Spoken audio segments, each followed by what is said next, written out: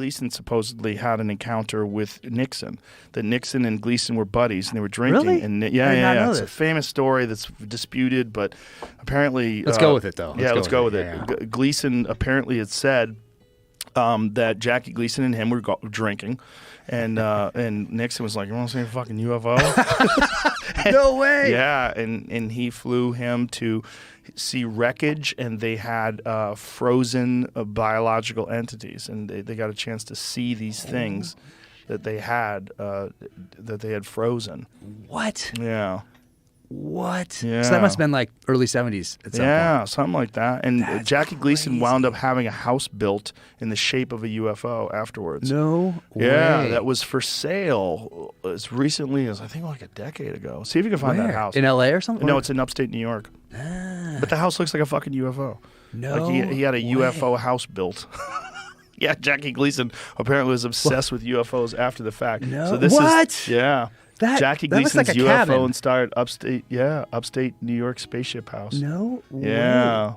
That was Doesn't his that look like, and that picture makes it look bigger. Okay, that's serious. Yeah, oh, it's wow. a fucking. That's beautiful. Oh, that's two different buildings. Oh, Oh, he has the more first than one's one like of the them? guest house. Top, yeah. It's Oh, like I see. a small building. And Yeah, look at that. Yeah, that's the fucking guest house. thing. The other one. Wild. That's amazing. Yeah. So Jackie Gleason became a UFO freak. Man, I'm gonna do that after this. That's a pretty cool looking house. Yeah, it's pretty dope. Oh Yeah. my god, Oh, I wow, wish it look was. at that. I wonder if it's still for sale. That's Entrance to amazing. the mothership. Woo! I'm gonna talk to my wife about this when I get Yeah. home. This is serious right here. Well, now you have this SIG Spear. So there's a lot of UFO stuff on this SIG Spear. So maybe this should be reserved for taking out the aliens when they come. I don't want to take them out. Well, if they attack you. Listen, I don't think they're going to attack. If they attack. If they do attack, I think they could render you useless almost instantaneously. But them too. They're kind of like, why wouldn't they just sit back and watch? I think they're if They're I gonna pass right by. If I had to guess, I mean, just the wildest of speculations, I would guess that every civilization reaches a point of technological proficiency when they're also dealing with these territorial, warring tribes where they have the ability to literally destroy the earth. And that if this is a natural course of progression for intelligent beings, they get to this point, there's a transition where it gets very dangerous. And if I was from another planet and I was monitoring this, I would be there to make sure that they don't launch. That they don't, and that's the theme of the Mothership Comedy Club, is that the rooms are called Fat Man and Little Boy.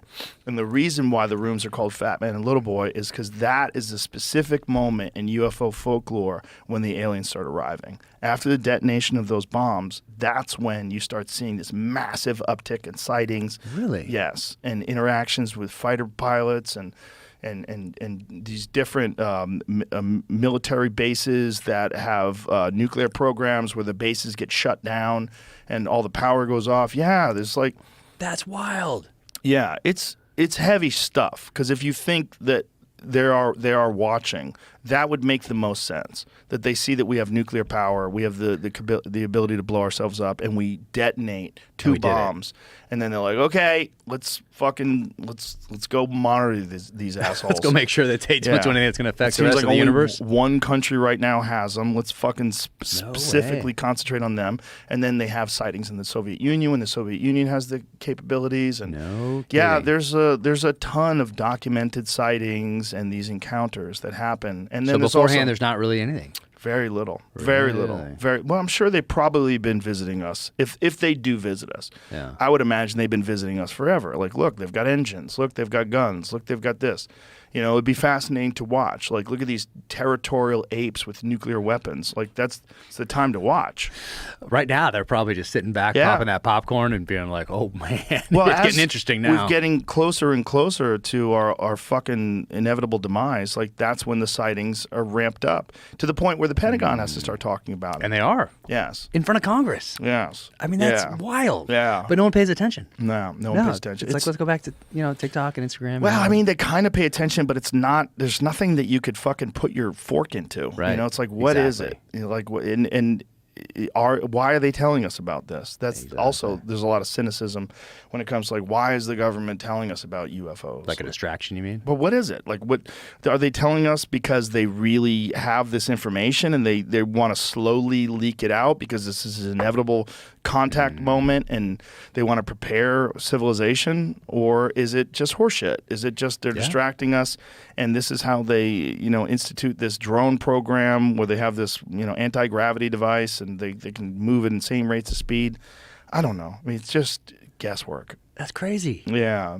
That's crazy. You get to hear directly from these guys who've actually seen it, experienced it. Yeah. Hang out and talk with them for a little bit. Oh, I've talked to quite a few now, that have seen these things and had these experiences. But the Bob Lazar one is uniquely compelling. All right. Uniquely compelling because Bob is without a doubt a brilliant guy, All right. and he was a legitimate propulsions expert who it's been proven he worked at Los Alamos Labs, and they tried to hide that. They tried to lie about that and say that he wasn't, but he was on the employee roster.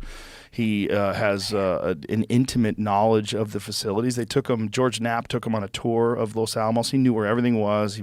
He knew the people there. They knew him. Wow. Yeah, it's wild shit, man. Because if he's telling the truth, he says is not one that they've recovered, but multiple, and that one of them they think is really old, and they got it from an archaeological dig.